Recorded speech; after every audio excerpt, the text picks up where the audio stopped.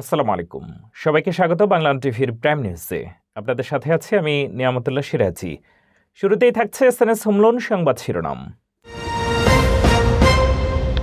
বছরের পর বছর অপেক্ষার পর হঠাৎ বাতিল, নাগরিকত্ব পাওয়ার স্বপ্ন ভেঙে গেল বহু অভিবাসীর। যুক্তরাষ্ট্রে বাড়ছে জীবনযাত্রার ব্যয়, অর্ধেকের বেশি পরিবার ন্যূনতম খরচ মেটাতে পারছে না। 2026 থেকে 18টি রাজ্যে স্ন্যাপ সুবিধায় মিষ্টি ও জাঙ্ক ফুড কেনা নিষিদ্ধ, প্রভাবিত হবে 14 মিলিয়ন মানুষ। সাজিদ ও নাভিদ আকরামের হামলায় সিডনির বন্ডি সৈকতে নিহত অন্তত 16 জন। এতক্ষণ শুনছিলেন শিরোনাম, এবার বিস্তারিত। মার্কিন নাগরিকত্ব পাওয়ার একেবারে শেষ ধাপে এসে বড় ধাক্কা খেলেন বহু অভিবাসী। ট্রাম্প প্রশাসন 19টি নিষিদ্ধ দেশের নাগরিকদের শপথ অনুষ্ঠান হঠাৎ বাতিল করেছে। বছরের পর বছর যাচাই বাছাই শেষে নাগরিকত্বের অপেক্ষায় থাকা মানুষরা এখন চরম অনিশ্চয়তা আর হতাশার মধ্যে পড়েছেন। মার্কিন নাগরিকত্ব পাওয়ার একেবারে শেষ ধাপে পৌঁছেও হঠাৎ অনিশ্চয়তায় পড়েছেন হাজারো অভিবাসী। বিবিসি এর এক প্রতিবেদনে বলা হয়েছে, ট্রাম্প প্রশাসন সম্প্রতি 19টি দেশের নাগরিকদের নাগরিকত্ব শপথ অনুষ্ঠান বাতিল করেছে। এসব দেশ ইতিমধ্যে যুক্তরাষ্ট্রের ভ্রমণ নিষেধাজ্ঞার তালিকায় রয়েছে, যার মধ্যে ইরান সহ একাধিক মুসলিম ও আফ্রিকান দেশ রয়েছে। ইরানি বংশোদ্ভূত অভিবাসী সানাম প্রায় এক দশক আগে যুক্তরাষ্ট্রে আসেন। দীর্ঘদিনের কাগজপত্র পরীক্ষা, নিরাপত্তা যাচাই ও অনুমোদন শেষে চলতি মাসের 3 ডিসেম্বর তার নাগরিকত্ব শপথ নেওয়ার কথা ছিল, কিন্তু মাত্র 2 দিন আগে কোনো স্পষ্ট ব্যাখ্যা ছাড়াই তার অনুষ্ঠান বাতিল করা হয়। পরে তিনি জানতে পারেন তার জন্মদেশেই এই সিদ্ধান্তের মূল কারণ। এতে তিনি মানসিকভাবে ভেঙে পড়েন এবং ভবিষ্যৎ নিয়ে গভীর অনিশ্চয়তায় পড়েন। এই সিদ্ধান্ত শুধু সানামের ক্ষেত্রেই নয়, ভেনেজুয়েলা সহ বিভিন্ন দেশের বহু স্থায়ী বাসিন্দার নাগরিকত্ব প্রক্রিয়াও হঠাৎ থমকে গেছে, যদিও তারা কোনো অপরাধে জড়িত নন এবং আইনের সব শর্ত পূরণ করেছেন। ট্রাম্প প্রশাসনের দাবি, জাতীয় নিরাপত্তা ও জননিরাপত্তা নিশ্চিত করতেই এই কঠোর পদক্ষেপ নেওয়া হয়েছে। US citizenship and immigration services জানিয়েছে, নিরাপত্তা ঝুঁকি পর্যালোচনার অংশ হিসেবেই নাগরিকত্ব সহ একাধিক অভিবাসন প্রক্রিয়া সাময়িকভাবে স্থগিত করা হয়েছে। তবে অভিবাসন অধিকার কর্মীরা একে কার্যত অনির্দিষ্টকালীন নিষেধাজ্ঞা বলে আখ্যা দিয়েছেন। নিউ ইয়র্ক ইমিগ্রেশন কোয়ালিশন বলছে, দীর্ঘ যাচাই বাছাইয়ের পরও এই সিদ্ধান্ত অভিবাসীদের জীবন ও ভবিষ্যৎকে গভীর অনিশ্চয়তার মধ্যে ঠেলে দিয়েছে। সব মিলিয়ে নাগরিকত্বের একদম দ্বার প্রান্তে দাঁড়িয়ে থাকা মানুষদের জন্য এটি এক গভীর হতাশা ও মানসিক সংকটের সময়। নিত্যপণ্যের শুল্ক কমানোর পর কমেছে ট্রাম্পের ট্যারিফ রাজস্ব। নভেম্বরে আয় নেমে এসেছে $30.76 বিলিয়ন। অথচ ডেমোক্র্যাটদের হিসেবে বলছে, শুল্কের কারণে প্রতি পরিবারকে গড়ে $1200 অতিরিক্ত খরচ করতে হয়েছে। মার্কিন প্রেসিডেন্ট ডোনাল্ড ট্রাম্পের শুল্ক নীতি আবারও আলোচনার কেন্দ্রবিন্দুতে। ইয়াহু ফিন্যান্সের এক বিশ্লেষণে বলা হয়েছে, ট্রাম্প শুল্ক থেকে পাওয়া রাজস্ব দিয়ে অন্তত 9 ধরনের খাতে অর্থ ব্যয়ের প্রতিশ্রুতি দিয়েছেন। এর মধ্যে রয়েছে আমেরিকান পরিবারগুলোর জন্য $2000 ট্যারিফ ডিভিডেন্ড চেক, কর ছাড়ের অর্থ যোগান এবং কৃষকদের জন্য সহায়তা তহবিল। সম্প্রতি পেনসিলভানিয়ার এক নির্বাচনী সমাবেশে ট্রাম্প বলেন, ডিকশনারিতে আমার সবচেয়ে প্রিয় শব্দ হলো ট্যারিফ, তবে বাস্তব চিত্র বলছে ভিন্ন কথা। কফি, কমলা ও কোকোর মতো কিছু নিত্য পণ্যে শুল্ক কমানোর ফলে নভেম্বরে শুল্ক আয় কমে দাঁড়িয়েছে প্রায় $30.76 বিলিয়ন, যা আগের মাসের তুলনায় কম। ডেমোক্র্যাটদের দাবি, এই শুল্ক নীতির কারণে প্রতিটি মার্কিন পরিবার গড়ে প্রায় $1200 অতিরিক্ত খরচ বহন করেছে। একই সঙ্গে শুল্কের বৈধতা নিয়ে ঝুলছে বড় প্রশ্ন। সুপ্রিম কোর্ট যদি ট্রাম্পের শুল্ক বাতিল করে দেয়, তবে সরকারকে $100 বিলিয়ন পর্যন্ত ফেরত দিতে হতে পারে। এর মধ্যেই কৃষকদের জন্য ঘোষণা করা হয়েছে $12 বিলিয়ন বেইল আউট, যদিও কৃষকরা বলছেন বাণিজ্য যুদ্ধজনিত ক্ষতি পুষিয়ে নিতে এই সহায়তা যথেষ্ট নয়। সব মিলিয়ে ট্রাম্পের শুল্ক নীতি এখন প্রতিশ্রুতি আর বাস্তবতার টানাপোড়েনে। জীবনযাত্রার ব্যয় বাড়ার সঙ্গে সঙ্গে যুক্তরাষ্ট্রের বহু শহরে আর্থিক অনিশ্চয়তা বাড়ছে। গবেষণায় দেখা গেছে প্রায় অর্ধেকের বেশি মার্কিন পরিবার নিরাপদভাবে ন্যূনতম খরচ মেটাতে পারছেন না, যা ট্রাম্পের শুল্ক নীতিকে নতুন করে প্রশ্নের মুখে ফেলেছে। ট্রাম্প প্রশাসনের আরোপিত ব্যাপক শুল্ক বা ট্যারিফের প্রভাব এবার স্পষ্টভাবে পড়েছে মার্কিন জনগণের পকেটে। যুক্তরাষ্ট্রের প্রভাবশালী গবেষণা সংস্থা ট্যাক্স ফাউন্ডেশন জানিয়েছে, এসব ট্যারিফের কারণে যুক্তরাষ্ট্রে গত ৩০ বছরের মধ্যে জিডিপির তুলনায় সবচেয়ে বড় কর বৃদ্ধি ঘটেছে।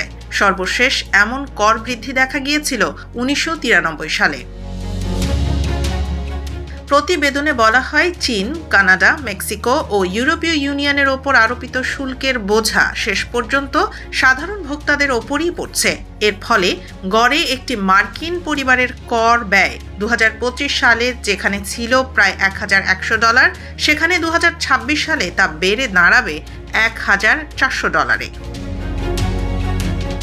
এই পরিস্থিতিতে সামাজিক যোগাযোগ মাধ্যমে ব্যাপক প্রতিক্রিয়া দেখা গেছে। অনেকে বলছেন এটি প্রত্যাশিতই ছিল। লেখক স্টিফেন কিং মন্তব্য করেছেন, ট্রাম্পের শুল্ক নীতির কারণে মার্কিন কৃষকদের প্রায় $৪৪ বিলিয়ন ক্ষতি হয়েছে, যা শেষ পর্যন্ত ভোক্তা ও কৃষক পরিবারকেই বহন করতে হচ্ছে। এদিকে জীবনযাত্রার ব্যয় বাড়ছে কম খরচের শহরগুলোতেও। গবেষণা বলছে, প্রায় ৫২% মার্কিন পরিবার নিরাপদভাবে ন্যূনতম জীবনযাত্রার খরচ মেটাতে পারছে না। উন্নয়নের প্রতিশ্রুতির মাঝেও বাস্তবে বাড়ছে সাধারণ মানুষের আর্থিক চাপ।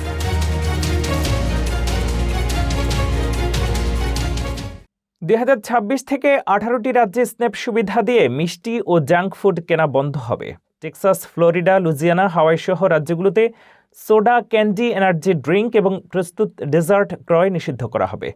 প্রায় ১৪ মিলিয়ন মানুষ এই নিয়মের আওতায় পড়বে।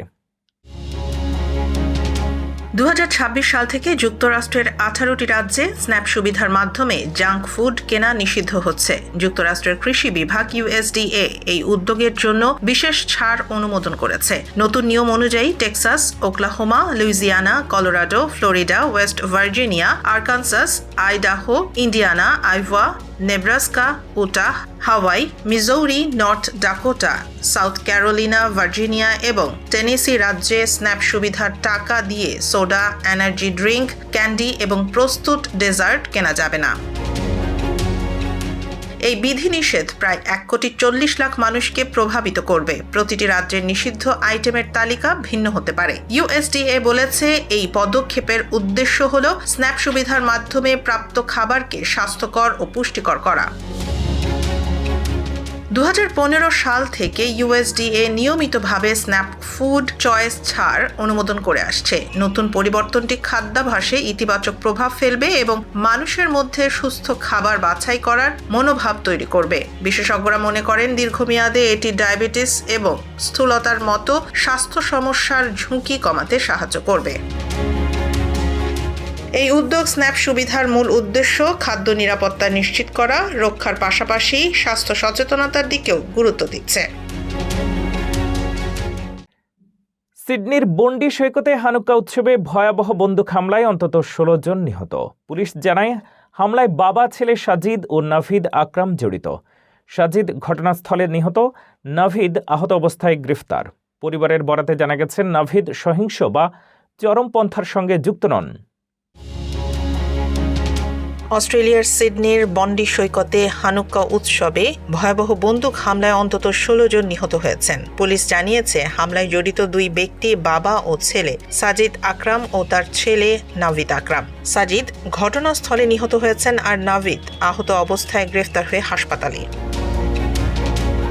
পুলিশ বলেছে, তারা হামলায় লং আর্মস ব্যবহার করে ভিড়ের মধ্যে গুলি চালিয়েছে। সাজিদ আকরামের কাছে ৬টি লাইসেন্সপ্রাপ্ত আগ্নেয়াস্ত্র ছিল, যা হামলায় ব্যবহৃত হতে পারে। সাজিদ ছিলেন একজন ফলের দোকানের মালিক। ১৯৯৮ সালে তিনি ছাত্র ভিসায় অস্ট্রেলিয়ায় আসেন। পরে পার্টনার ভিসায় এবং রেসিডেন্ট রিটার্ন ভিসায় বসবাস শুরু করেন। নাভিদের মা ভেরেনা জানিয়েছেন, তার ছেলে হামলার আগে পরিবারের সঙ্গে শেষবার যোগাযোগ করেছিলেন। তিনি বলেন, নাভিদ সহিংস বা চরমপন্থার সঙ্গে যুক্ত নন। নাভিদ ইট ভাটা শ্রমিক ছিলেন। ২ মাস আগে চাকরি হারিয়েছেন এবং বর্তমানে নতুন চাকরির খোঁজে ছিলেন। পরিবারটি বর্তমানে নিউ সাউথ ওয়েলসে 2024 সালে কেনা 3 বেডরুমের বাড়িতে বসবাস করছে। হামলার ঘটনায় অস্ট্রেলিয়ার নিরাপত্তা সংস্থা সতর্কতা জারি করেছে এবং তদন্ত অব্যাহত রয়েছে। দেশবাসী আতঙ্কিত ও দুঃখিত। ডাকসু ভিপি সাদিক কায়েম জানিয়েছেন 48 ঘন্টার মধ্যে 3 দফা দাবি পূরণ না হলে 3 উপদেষ্টার পদত্যাগ দাবিতে আন্দোলন শুরু হবে। স্বরাষ্ট্র উপদেষ্টা লেফটেন্যান্ট জেনারেল অবসরপ্রাপ্ত জাহাঙ্গীর আলম চৌধুরীর সঙ্গে বৈঠক শেষে সাংবাদিকদের তিনি একথা জানান। সাদিক কায়েম বলেন, ওসমান হাদির উপরে গুলিবর্ষণের সঙ্গে জড়িত প্রত্যক্ষ হামলাকারী, পরিকল্পনাকারী ও সহায়তাকারীদের গ্রেফতার করতে হবে।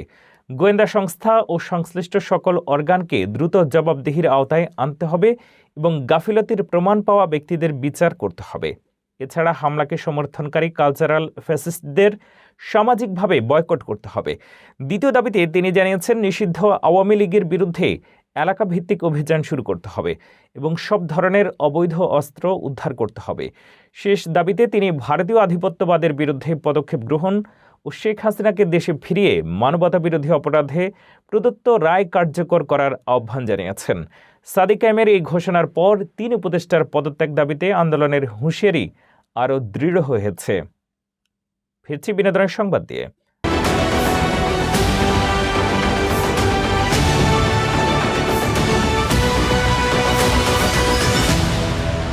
বলিউডের বক্স অফিসে নতুন রেকর্ড গড়েছে রণবীর সিং এর সিনেমা ধুরন্ধর।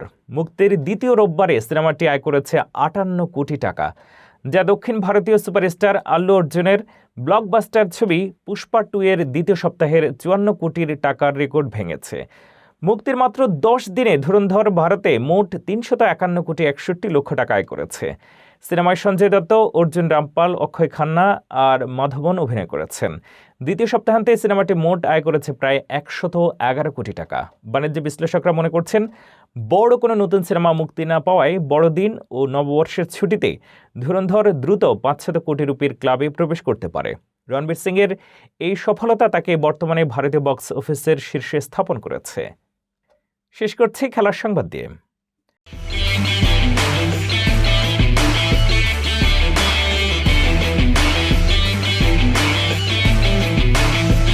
অভিষেক শর্মা টি-20তে নতুন ইতিহাস গড়লেন।